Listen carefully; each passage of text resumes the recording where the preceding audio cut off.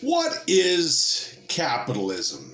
Now, I know chances are if you're watching this, there's a good chance that you're a citizen of the United States, and as such, that probably seems like a weird question, and you're already thinking about changing off of this video because, quite frankly, you probably just don't know the answer. Well, we're Americans. We live in a capitalistic society. And if you're a Democrat and you're voting Democrat, chances are you're already bought into a bill of goods about, you don't like capitalism because capitalism's not doing enough for you or something like that. It's only doing for the rich or what other bullshit's been passed your way. So, what is capitalism? You're an American. It's our economic society. It's our economic system. What is capitalism? Well, okay, I just said it's our economic system. So you're probably thinking, well, yeah, that's what it is. It's our economic system. That's what it is. Well, that's not what I'm looking for. It is our economic system, currently, for now, depending on how well you vote within the next 2 weeks. But what I'm looking for is it's freedom. Capitalism is freedom, right? And there's a thing called free market capitalism. So what does that mean? What is free market capitalism? Well, let's say you have something, glasses. I have these glasses. I need them to read, but oh, by the way, I'm hungry and I need some food, so I'm going to sell my glasses. Well, I have the right as the owner of these glasses to set the price. That's capitalism. It's my right as the owner of property. By the way, socialism and other things, ownership, property ownership, not high on their priority list. Unless, of course, you're the elite ruling class, but we won't get into that right now. We're talking about capitalism. Free market capitalism gives me the right as the property owner, and this is property, to set the price that I'm willing to sell this for. And if I say, I want to sell these glasses for $50, you, as the person interested in the glasses, might say, hey, you know what? I really want the glasses, but I'm not paying $50 for them. Well, I have the right not to sell you the glasses because you don't want to pay me what I feel they're worth, and you have the right not to buy them. That's capitalism, right? That's the consumer side of it, right? So the other side of it is the producer side of it. And oh, by the way, as if the consumer side of capitalism wasn't neat enough, right? Nobody's telling us what we have to charge. Nobody's telling us how many we can make. Nobody's telling us how many we have to make, right? It's free market capitalism. There's a saying in capitalism, laissez-faire, which means leave it alone, right? The market will decide. The market will decide what it can bear. Can it bear you making 1 million glasses? Or can it only bear you making 100,000 glasses or somewhere in between? Laissez-faire, leave it alone. Supply and demand will dictate what the market will bear, right? So that's the consumer side of it. Well, the same holds true on the producer side of it. So in an economic system, the way economists look at an economic system is you're a producer and a consumer, right? So producers produce, consumers consume. As a producer, you look at the cost, right? Because obviously, I got to buy the material, the plastic, and the metal for the hinges or whatever. So unless I make all that myself, and then even if I make it, if I make the hinges myself, right? I still have to go out and buy the material and whatnot. Or if I mine the material from the earth, that still costs labor and whatnot. So there's, on that side of it, and speaking of labor, on the producer side of it, as a producer, either you're an entrepreneur, you own your own business, or you're an employee. Somebody else owns the business and they employ you. Well, on that side of the equation, the owner says, hey, I want to make glasses. That's going to be my thing. There's a demand for it. People get older. They need reading glasses. I want to make some glasses. So I need to hire some employees. So Joe Blow, come work for me. I'll pay you $10 an hour to make glasses. Well, you say, well, I need a job. I really need a job, but $10 an hour, that's people are trying to charge $50 for glasses. $10 an hour. Hell, I'd have to work 5 hours just to buy a pair of glasses. I need more money than $10 an hour. The neat thing about capitalism, right, is as a owner, business owner, entrepreneur, whatever, I have the right to dictate how much I'm willing to pay my people. And of course, I want to pay them less because I want my profit margins to be higher so that I can make more money. But oh, by the way, you, in a capitalistic society, you are not forced to work for whatever wage. You have the right to say, you know, I don't want to come make glasses for you for $10. I'll go to XYZ shipping company and I will be a driver for $12. It's $2 an hour more a week, $2 more an hour. That's $80 more a week, not including overtime. That's a better deal for me. I'm going to go for that. And in a capitalistic society, you have the right to do that, right? So capitalism is about freedom. We talked about setting prices, negotiating wages, right? Capitalism, quite frankly, is also capitalism's biggest hindrance. And what do I mean by that? Well, what I mean by that is in capitalism, right, laissez-faire, leave it alone, right? What's that mean? Well, leave it alone means no governmental intervention, right? No, you know, big brother or whatever you want to call them. They're not there saying, hey, this is what you have to charge for these glasses. You have to charge $100 a pair because the government is going to, and think about this, when you hear things going around about Biden and company raising taxes, and you start hearing things along 50 to 70% or more, right? It's, you know, we'll get into a little bit more down the road here, all the crap they're talking about. But so not to get too far off track yet, capitalism, laissez-faire, leave it alone. Socialism, the government dictates what you'll make, how many you'll make, what you'll charge, and, oh, by the way, how much you get. And so we're going to, since we're touching base on this a little bit, what's one of the biggest differences between capitalism and socialism? Well, one of the biggest differences, first off, aside from the market dictates, supply and demand dictates value, right? Touched base on that enough for now. I'm not going to get into a big economic lesson. Just hopefully you understand that concept. Same thing with wages, right? In a market where a lot of jobs are out there and not enough people to work all those jobs, that's the upside to bringing jobs back to America, right? The more jobs there are, the less people there are relative to the number of jobs, and the higher wages that we get, right? But to get back to what I was going to say with socialism a little bit, or capitalism. So where capitalism, laissez-faire, leave it alone. What that means is no government intervention, right? Now, part of the problem, and if you look at Democrats and you look at Republicans, Democrats traditionally, and oh, by the way, unless you're living under a rock and really not paying attention, and I realize the media is not giving you much of an opportunity to really understand everything, but understand this, the Democratic Party is all about big government, huge government, right? All these people getting their names in the paper saying, you know, impeach the son of a bitch, right? Those people who really aren't working and don't have a clue of what you and I are going through as people working in the real world, right? Those people don't want to work. They're big government, big government. And somebody has to pay for that, right? But so where that hinders, and we do have some of it, right? For instance, OSHA, right? And I'm not saying that OSHA is a bad thing. OSHA is a good thing. But OSHA, it's a government intervention, right? The government says, hey, you have to do certain things to protect your workers. And it's a good thing. Don't get me wrong. It's a good thing. But it's not true capitalism. The reason it's not true capitalism is you're telling an employer, hey, you want to make these glasses? Well, you got to have certain safeguards in place to protect your employees. Well, why is that a bad thing? Well, it's not a bad thing, but it's not a fair thing.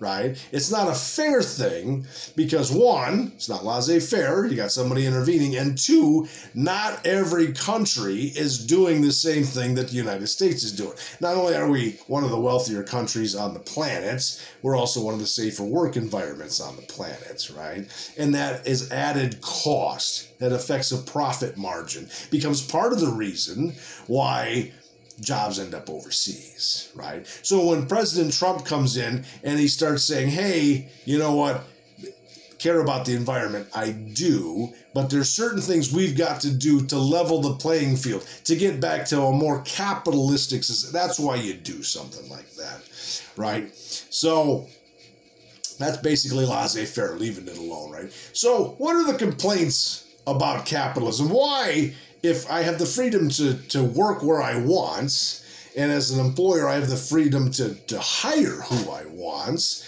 I have the freedom to work for a wage that I want, and don't get me wrong, I get it. We all want to work for more money, but it's the market, right? Capitalism.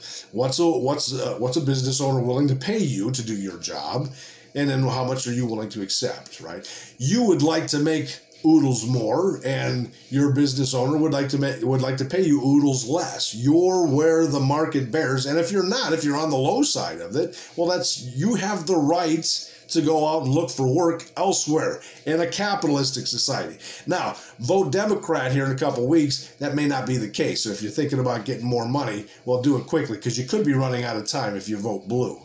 But that's neither here nor there. So the rich get richer. That's one of the complaints, right? So, well, what's the big difference? Well, in a socialistic society, right, the ideology is to level the playing fields. Everybody gets the same thing as everybody else. Well, that's the ideology. If you understand it, that's the ideology. Much like if you understand capitalism, you understand the ideology. And much like I said, capitalism, because we have governmental influences into our businesses, capitalism, it's not true capitalism. Much like, I don't personally believe any of the attempts at communism are necessarily what was intended when this was written, right?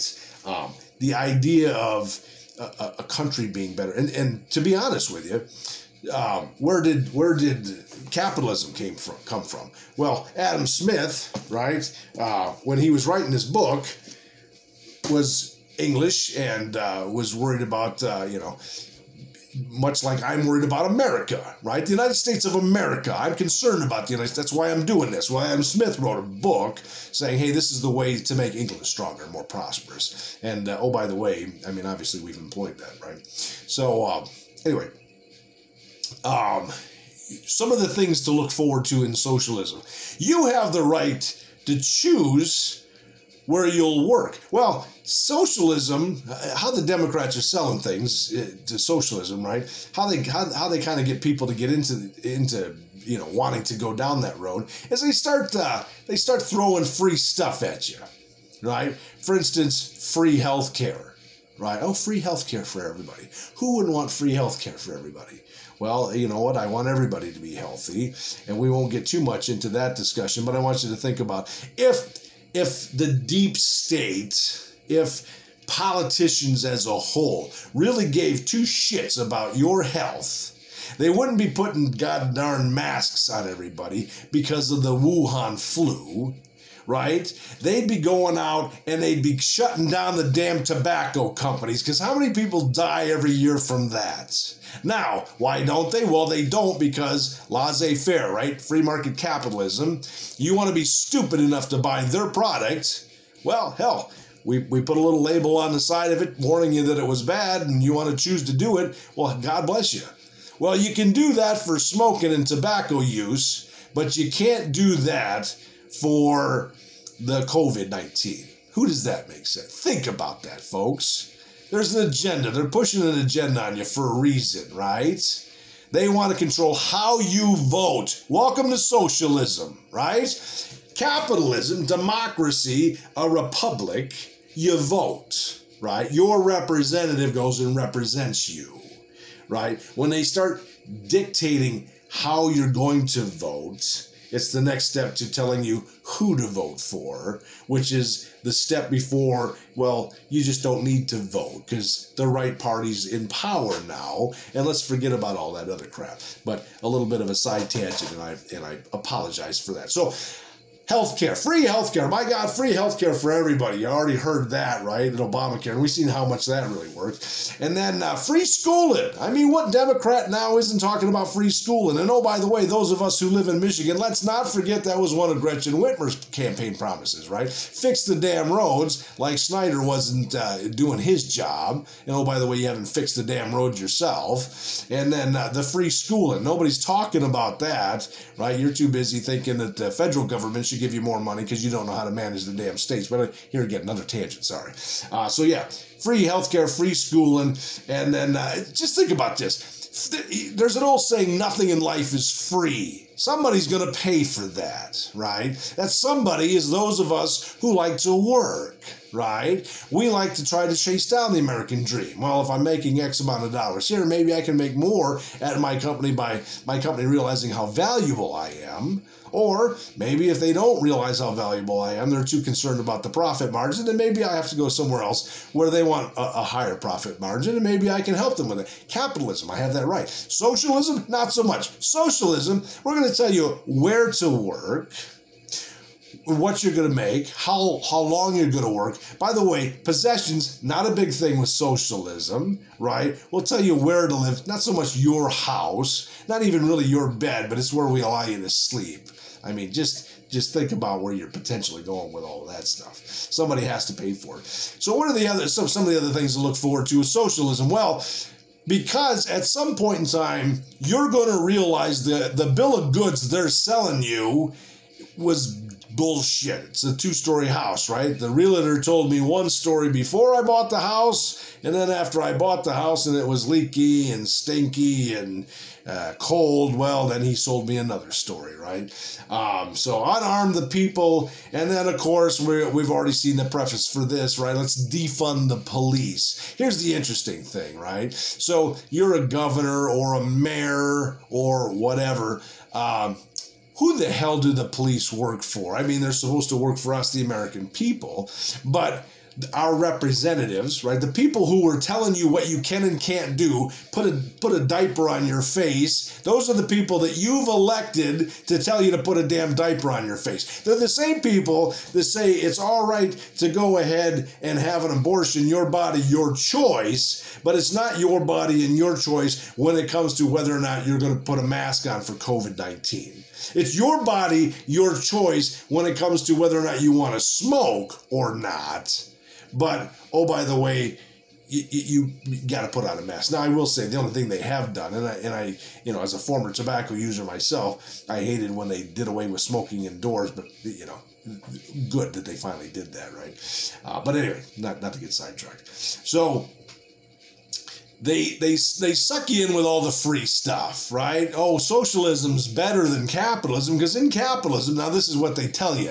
This isn't the truth. You want to know the truth, understand where it came from, and then think about you have the right to work where you want to work. You have the right to work for what you want to work. If you are not happy with what you were making where you were at, you have the right to change your job. You don't have that with socialism. So, oh, by the way, you don't have to work in socialism. That's how they're selling it. How long do you think that's going to last? It's not going to last long. Because, oh, by the way, think about this. What are their alternatives? If you are not a producer and you're just a consumer, somebody has to be a producer. And if somebody's not being a producer, the only alternative to that is they just keep printing money up. Well, how well do you think the American economy is going to stack up to the rest of the world if the United States of America isn't producing shit anymore and we're just printing up money, right? We're letting the wealthy pay for it and, right, all that good happy horse shit that you're being sold, right? How long do you think that's going to last? How strong do you think the American dollar is going to be? How well do you think it's not going to be a Donald Trump economy? Let's just put it that way, right?